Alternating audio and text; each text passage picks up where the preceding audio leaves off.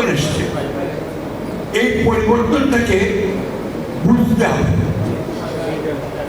বুঝতে হবে যে ছেলেরা কি বলছে।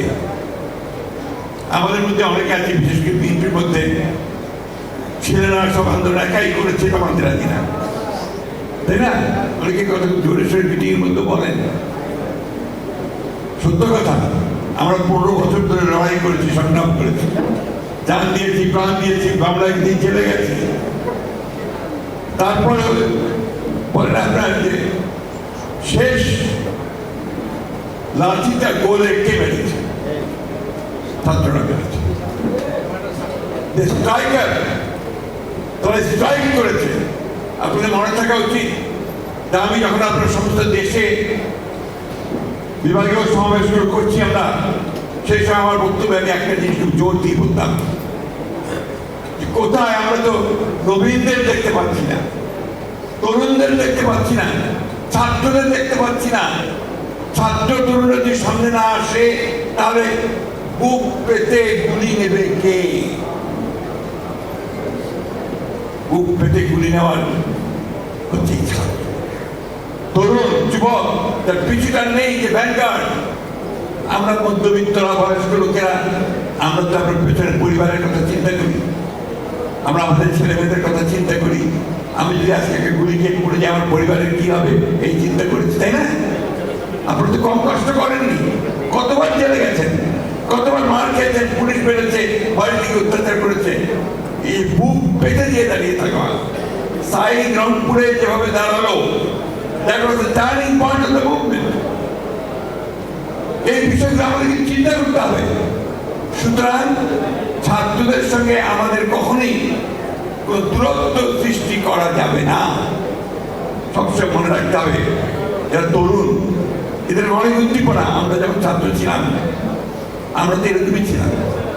আমরা ভেবেছি সমাজতন্ত্র করবো, বিপ্লব করবো, সবকিছু উড়িয়ে দিব, নতুন সমাজ সৃষ্টি করবো, করেছি। এখনো চিন্তা করি এটাই করবো। আমার তো সেই শক্তি নেই, তার সেই শক্তি আছে, সে পারে মুখ পেতে দাঁড়াতে। এই জন্যই এই জিনিসগুলো আমাদেরকে ধারণ চিন্তা করতে হবে। ছাত্ররা অনেক কথা বলছে, বলবে, তাদের সে বলার অধিকারও আছে। আমরা বয়স হয়ে গেছে, আমরা আবার একটু হিসাব করি কোনটা করা যাবে, কোনটা করা যাবে না, কোনটা এখন করা ঠিক হবে, কোনটা এখন করা ঠিক হবে না, তাই না? সেই কারণে আমরা বলছি যে দ্রুত নির্বাচন হওয়াটাই এই দেশের জন্য, জাতির জন্য মঙ্গল। কেন বলছি? আমাদের অভিজ্ঞতা থেকে এই ধরনের সরকার যতদিন বেশি থাকে কত সমস্যা তৈরি হবে। কেন?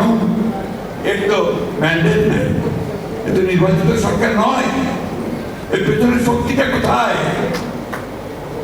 এই জন্যে এই সরকারকে ওইটা চিন্তা করতে হবে যে আমি যত দ্রুত সময় পারি প্রয়োজনীয় যে সংস্কারগুলো, যেগুলো নিয়ে আমরা কথা বলেছি 2 বছর আগে, আমাদের 31 দফা 2 বছর আগে দিয়েছি আমরা সংস্কার, তাই না? দেখি চুপ করে থাকেন কেন? কথা বলেন না, মনে হয় না আমার কথাগুলো কানে যাচ্ছে? আপনাদের যাচ্ছে? কথা বলবেন, রেসপন্ড করবেন। ধন্যবাদ, কিন্তু মাঝে মাঝে রেসপন্ড করতে হয়। তো এইটা আমরা 2 বছর আগে দিয়েছি। কেন? আমরা নিজের উপলব্ধি করেছি যে এই বিষয়গুলোর পরিবর্তন দরকার। আমরা তো আপনার প্রধানমন্ত্রীর ক্ষমতা আর রাষ্ট্রপতির ক্ষমতা আপনার পার্থক্য করতে বলেছি, ভাগ করতে বলেছি। এক ব্যক্তিকে বেশি ক্ষমতা দেওয়া যাবে না। একজন ব্যক্তি 2 বারের বেশি প্রধানমন্ত্রী হতে পারবে না। আমরা বলেছি 31 দফায়, আমরা বলেছি পার্লামেন্টারি কক্ষ বিশিষ্ট হতে হবে, তাই না? আমরা বলেছি যে বিচার বিভাগকে সংস্কার করতে হবে, প্রশাসনকে সংস্কার করতে হবে, যারা ঘুষ খায় প্রশাসনে তাদেরকে দূর করতে হবে, এরাই ধ্বংস করে। যারা ঘুষ খায় রাজনীতিবিদ, তাদের রাজনীতি করার সুযোগ দেওয়া যাবে না। পরিষ্কার কথা, এগুলো না করতে পারলে আমার সমাজ পরিবর্তন হবে না, রাজনীতি পরিবর্তন হবে না। যত এনোমেলিসগুলো আছে সেই এনোমেলিসগুলো আমাদের ঠিক হবে না, ঠিক না? আপনার গত কাল পরশু আমাদের ভারপ্রাপ্ত চেয়ারম্যান তারেক রহমান সাহেব যে সমস্ত বক্তব্য দিয়েছেন, আজকে পত্রিকায় দেখবেন অনেক পত্রিকায় এডিটোরিয়াল লিখছে, ডেইলি স্টারের মতো পত্রিকায় এডিটোরিয়াল দিয়েছে যে বিএনপি যে কথা বলছে এখন সেই সব কথাগুলোই সঠিক কথা। চেয়ারম্যান তারেক রহমান সাহেব যে কথাগুলো বলছেন এটা এখন মানুষ গ্রহণ করছে। কারণ আমাদের এই বললাম আপনাকে, আমাদের বয়স হয়েছে, আমাদের মাথার মধ্যে আমরা চিন্তা করি। এই জন্য বাংলাদেশ একটা কথা বলেছিলেন, খুব দামি কথা। তিনি বলেছেন, put the old head on the young shoulder. যুবকের কাঁধে মস্তিষ্ক, বয়স্কদের মস্তিষ্কটাকে বসিয়ে নাও, তাহলে কি হবে? তোমার অভিজ্ঞতা, তোমার সাহস, তোমার যোদ্ধা সব এগিয়ে যাবে, তাই না? এই কথাটা বুঝতে হবে আমাদের সময়, ওই ছাত্রদেরও বুঝতে হবে, আমাদের বুঝতে হবে। এখন তো ছাত্রদের তরুণ যুবক বলতে চাইলেই সব কিছু পাল্টে দিতে, কতটুকু আমরা পারবো কতটুকু পারবো না সেসবগুলো আমরা করছি। এই জন্য আমরা বলেছি যে আমরা অবশ্যই সংস্কার চাই। আমরা আগে বলেছি এটা আপনাকে যৌক্তিক সময়ের মধ্যে করতে হবে, এমন সময় যেন না নেয় যে সময় নিতে গেলে জনগণের মধ্যে ভ্রান্ত ধারণা হচ্ছে কি হবে যে আপনি ক্ষমতায় থেকে যেতে চাইছেন। কারণ সেই সমস্ত অভিজ্ঞতা আমাদের আছে।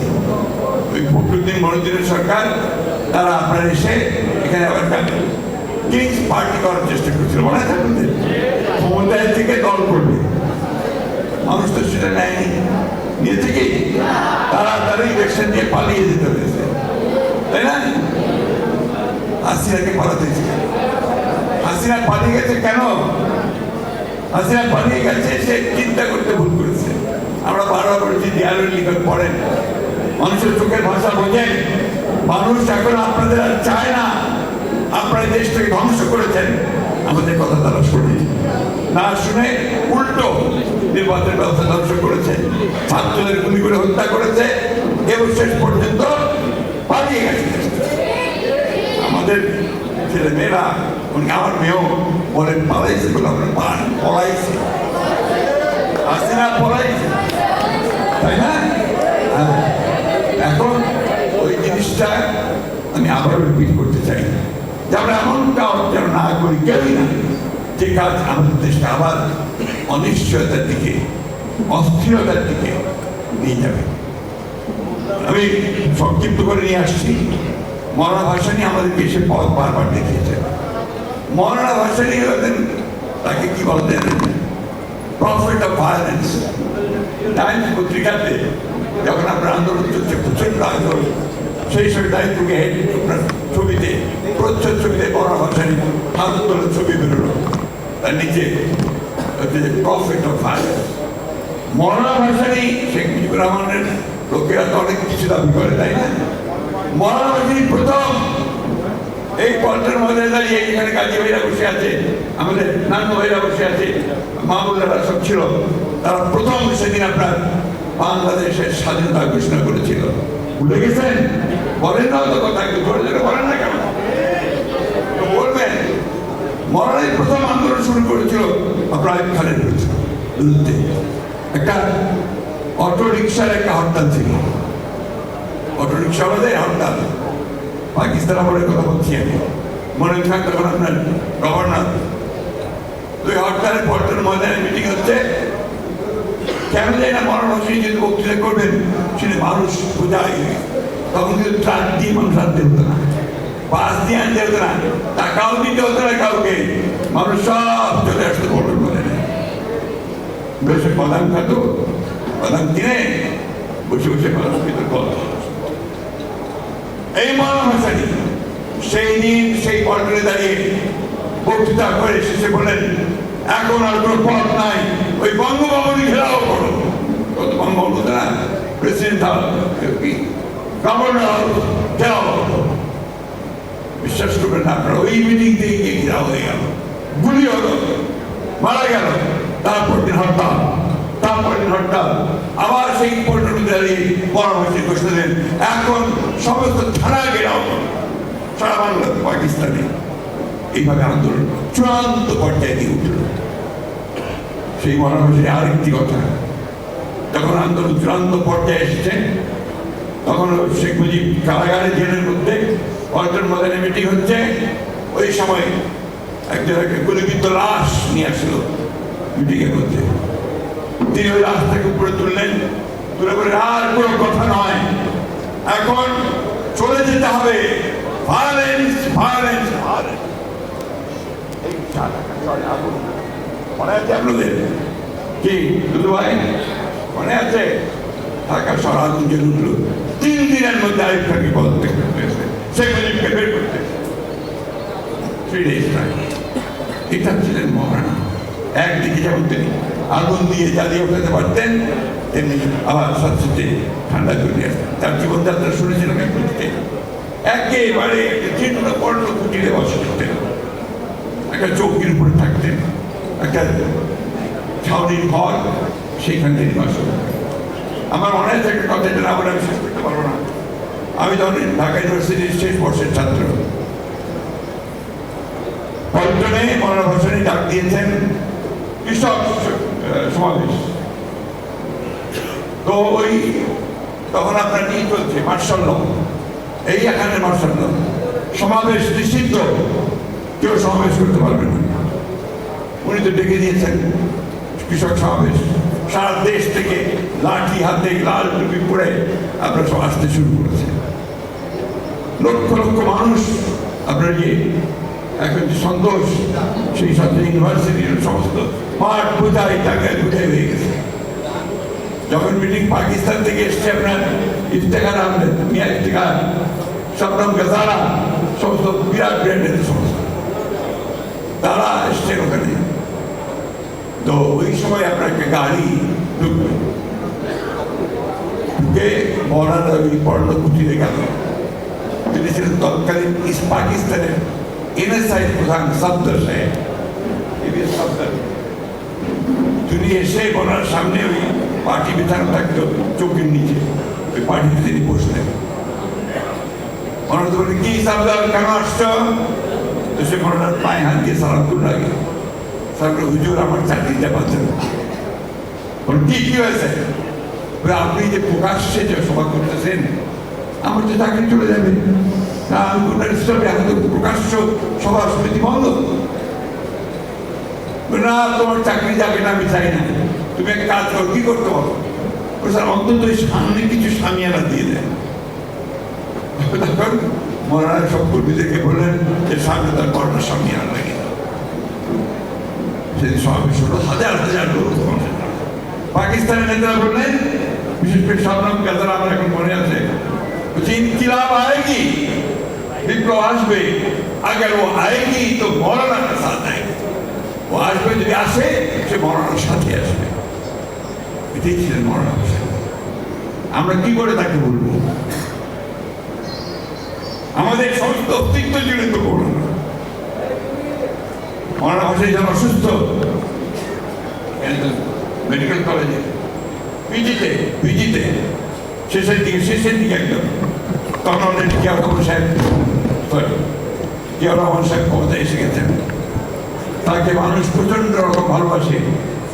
সেই সময় তিনি আসলেন জিয়াউর রহমানের সঙ্গে দেখা করতে, সেই পিজি হাসপাতালে। তিনি তার মাথায় হাত দিয়ে বললেন, তুমি পারবে, তুমি তরুণ, তুমি যুবক, তুমি সৎ, তুমি দেশকে ভালোবাসো, তুমি পারবে পরিবর্তন আনতে। সেটা মনে রেখেছিলেন শহীদ প্রেসিডেন্ট জিয়াউর রহমান, এবং তার মৃত্যুর সময় তাকে এই সম্মান দিয়ে দিয়েছিলেন। এবং ওই চিন্তার মধ্যে দিয়ে আমাদের শহীদ জিয়াউর রহমান সে একইভাবে আমাদের কাছে, সাধারণ মানুষের কাছে আজকে সেইভাবে তিনি জনপ্রিয়। তাই বন্ধুগণ, একটা ক্রান্তি সময়কাল আমরা পার হচ্ছি। কালকে আমাদের প্রধান উপদেষ্টা মহোদয় একটা 100 দিনের পূর্তির বক্তব্য রেখেছেন, ভালো হয়েছে। অনেকেই আশান্বিত হয়েছে, আমি একটু আশাহত হয়েছি। আমি আশা করেছিলাম যে প্রধান উপদেষ্টা মহোদয় তার সমস্ত প্রজ্ঞা দিয়ে সমস্যাটা চিহ্নিত করে তিনি নির্বাচনের একটা রূপরেখা দেবেন। আমি কেন বারবার নির্বাচনের কথা বলছি? কারণ নির্বাচন দিলে আমার অর্ধেক সমস্যার সমাধান হয়ে যায়। বিএনপি ক্ষমতায় যাক না যাক, তারা ইনভাইটেরিয়াল। কিন্তু আজকে যারা বাংলাদেশে ক্ষতি করতে চাচ্ছে, যারা বাংলাদেশে স্থিতিশীলতা নষ্ট করতে চাচ্ছে, বাংলাদেশকে যারা সংঘাতের মধ্যে জড়িয়ে যাচ্ছে তারা তখন পিছিয়ে যেতে বাধ্য হবে, কারণ ওই সরকারের ভিতরে জনগণের সমর্থন থাকবে। এই বিষয়টা অবশ্যই চিন্তা করতে হবে। সংস্কার আমরা চাই না, শুধু আমরা শুরু করেছি, আমরাই সংস্কার অবশ্যই চাই এবং সংস্কার আমরা করবো। আপনারা দয়া করে জিনিসটাকে যেভাবে করলে সবচেয়ে সুন্দর হয়, সকলের কাছে গ্রহণযোগ্য হয়, সেইভাবে এগিয়ে যাবে। এটা আমাদের আপনাদের কাছে অনুরোধ। আমরা এখন পর্যন্ত কোনো বাধা সৃষ্টি করিনি, বলে আপনাকে সমর্থন দিয়ে দেব, প্রতিটি ক্ষেত্রে সমর্থন দিচ্ছি। যদিও আপনাদের এই সচিবালয় সেখানে এখনো সমস্ত দোষরেরা, এই স্বৈরাচারের ফ্যাসিবাদের দোষরেরা বসে আছে, কিভাবে কাজ করে তাদেরকে নিয়ে সংস্কার করবে? এরা তো সংস্কার করতে দেবে না। সমস্ত আমরা বসে আছি বেশিরভাগ যারা ওই স্বৈরাচারের দোষর, যারা কোটি কোটি টাকা আয় করেছে, দুর্নীতি করেছে, একই সঙ্গে তাদের তো আপনি সেভাবে আমরা দেখতে পাচ্ছি না, সেভাবে তাদের বিরুদ্ধে ব্যবস্থা হচ্ছে। এগুলোকে একটু দৃশ্যমান করেন, আর গভর্নেন্স সেই দিকে একটু লক্ষ্য দিতে হবে। প্রশাসনকে চালানো, দেশ শাসন করা, এর মধ্যে যেন স্বস্তি পায়, শান্তি পায়। জিনিসপত্রের দাম এমন বেড়েছে যে শান্তি পাওয়ার কোনো কারণ নেই।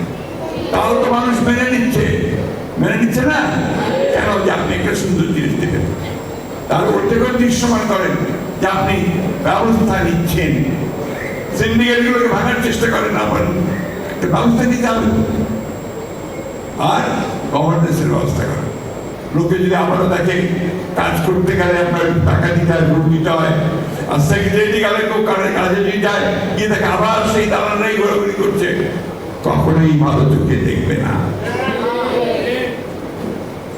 আসুন আমরা মৌলানা সাহেবের তার জীবন, তার সারাটা জীবন ছিল মানুষের জন্য, সেই জীবনকে মেনে নিয়ে তাকে ধারণ করে তার কাছ থেকে ভালো জিনিসগুলো শিখে আমাদের পূর্বসূরীরা আমাদেরকে যা দিয়েছেন সেটাকে সামনে নিয়ে আমরা আরো সামনের দিকে এগিয়ে যাব।